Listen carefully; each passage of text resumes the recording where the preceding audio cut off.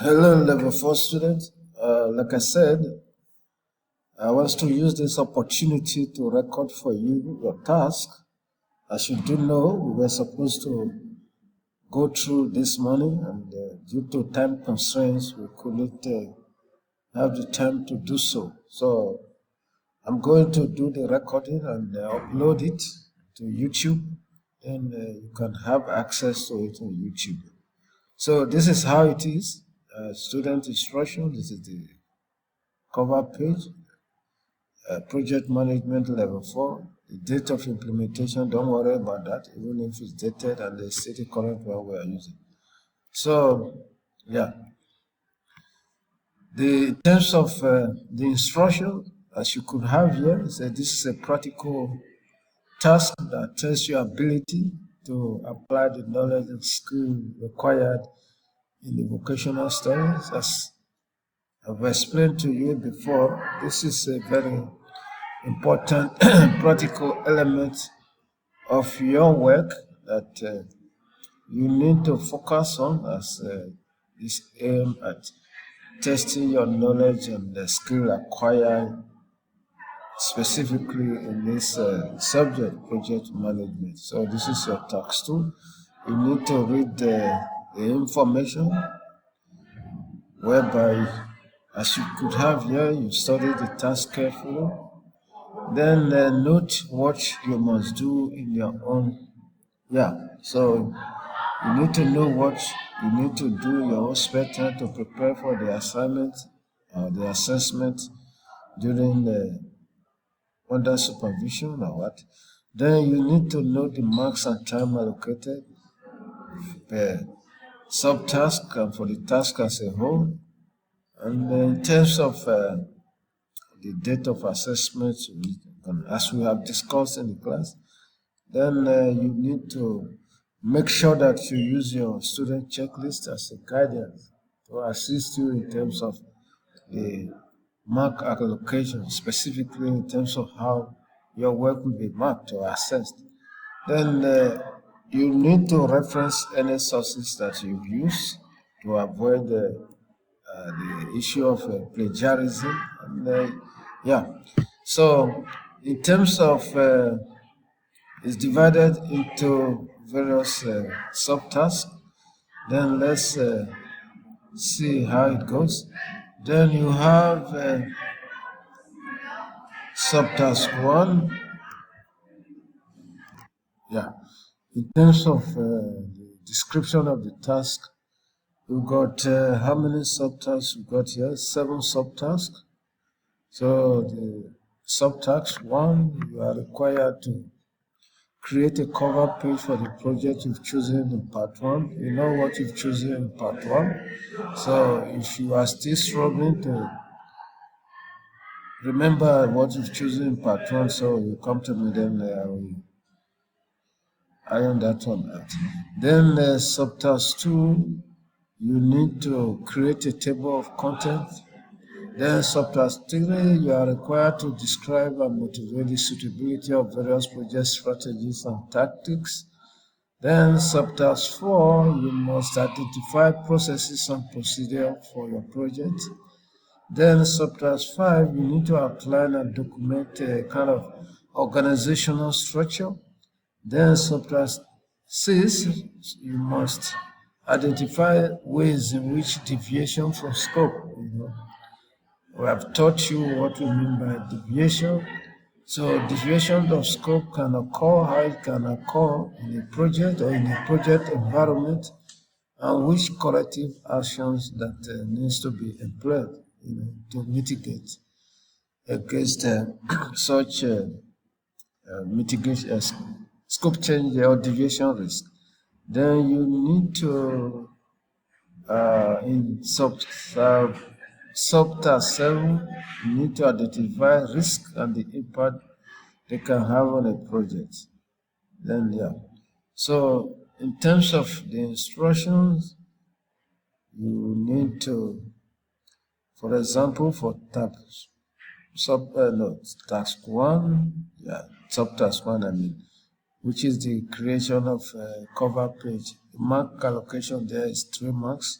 So It must have the title of the project, the full name, and the identification number of the student, as well as date of submission.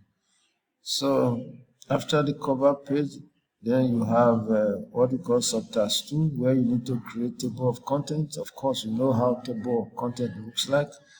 So the corresponding page numbers must be there, and the various sections of your presentation, of your submission.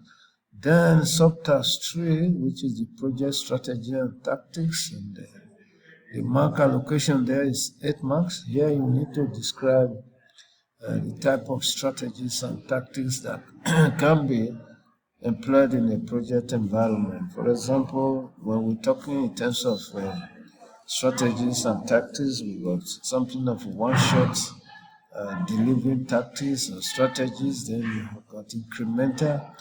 Then we got iterative as well as phases.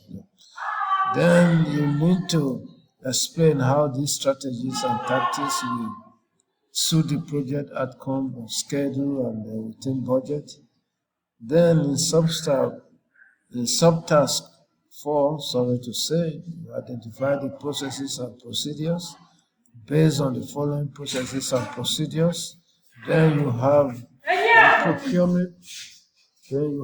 procurement, then the communication plan, the human resources plan, as well as the risk management. So all you need is to write short notes in terms of how the procurement is, the processes are being done in relation to your chosen project, communication plan, human resources plan, as well as the risk management plan.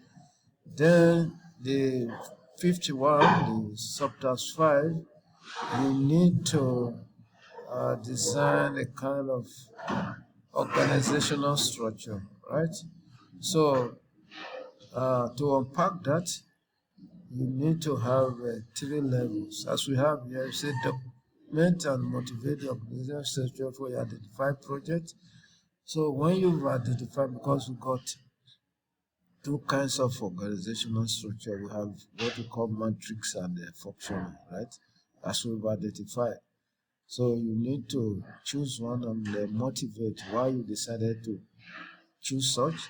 Then you have to design the chosen one, the type of organizational structure you've chosen, and it should be done in such a way that it must have 3 levels, right?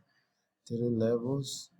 Then then the second to the last one, which is subtask 6.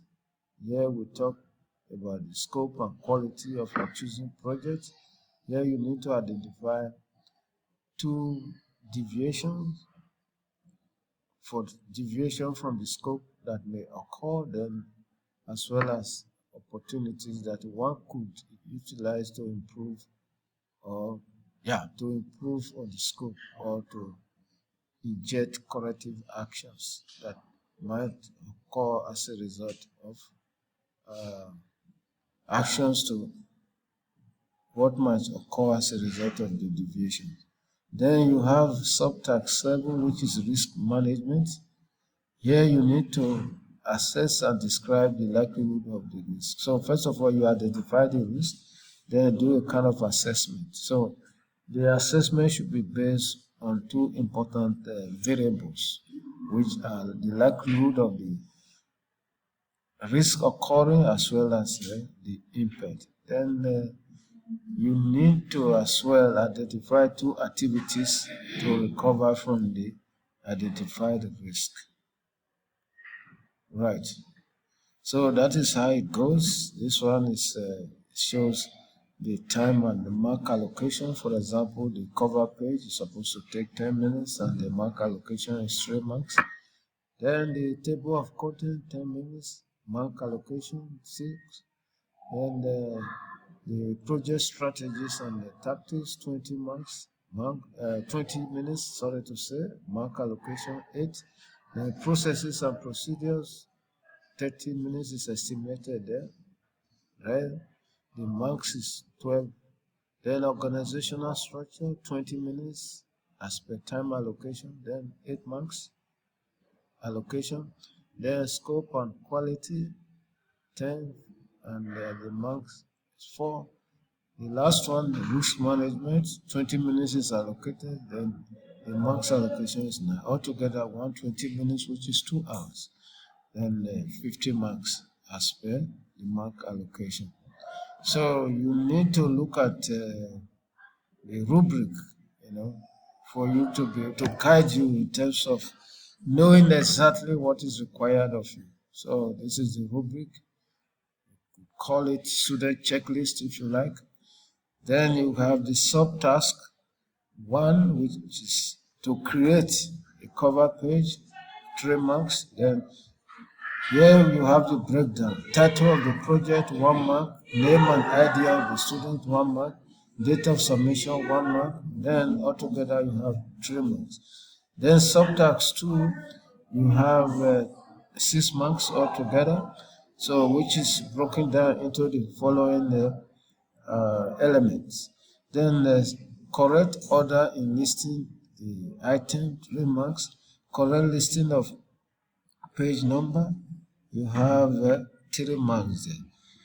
Then subtask 3, you got project strategies and tactics. The description, you have 2 marks when you describe the project strategies to be employed or that have been employed in your project correctly. You earn yourself 2 marks each, making 4 marks. Then the motivation on the suitability of strategies and tactics will earn you another 4 marks, altogether 8 marks. Then the processes and procedures, each you got 4 that you need to write on their procurement, communication, resources, and risk. Each carries 3 marks respectively, altogether makes 12 marks. Then the organizational structure, as I said, you need to design an organizational structure which should be of 3 levels. Then the mark allocation there is 8 marks. Then the scope and quality, you need to identify the deviation from scope, which is 2 marks. Deviation from scope, it means if one is not executing as per the scope requirement, it constitutes a kind of a deviation, right? So that is 2 marks. Then corrective opportunities or actions that need to be taken to avoid such a deviation or to correct such deviation is 2 marks. Then subtask 7, which is the risk assessment. As I said, you identify and describe the risk in terms of the likelihood and the causes of the risk as well as the impact. Then identify activities to recover from the risk. That is 2 marks. So altogether 50 marks. So yeah, that is how this one is your where you need to write your name and your credentials. Here as well, where I need to allocate my marks, to write out my marks. Right. So that is how students, and I believe with this, you can be able to work on it without much hassles. But if you still have further questions that you've gone through, you've seen that there are certain things that you don't understand, please feel free to contact me or to come to the class to ask me questions. Then I'm ever willing to assist you. So that is how it's going to be done. If you can be able to type it out, I encourage you to do so. But if you feel that you will not be able to do that due to lack of resources, then it can be handwritten. So as long as it's legible and neatly organized, so that will do. Right. So I'll stop here so far.